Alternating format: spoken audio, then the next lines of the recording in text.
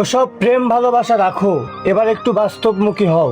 কেননা তোমাদের এই শহরে কেউই তোমরা প্রেম ভালোবাসা বুঝতে সক্ষম নও। যারা বলে ভালোবাসা সুন্দর, তারা কেবলই ফুল দেখেছে, শুকিয়ে যাওয়া গোলাপের বিশ্রী দুর্গন্ধ নয়। আসলে ভালোবাসাটা কি আর কেমন হয় তোমরা জানো না।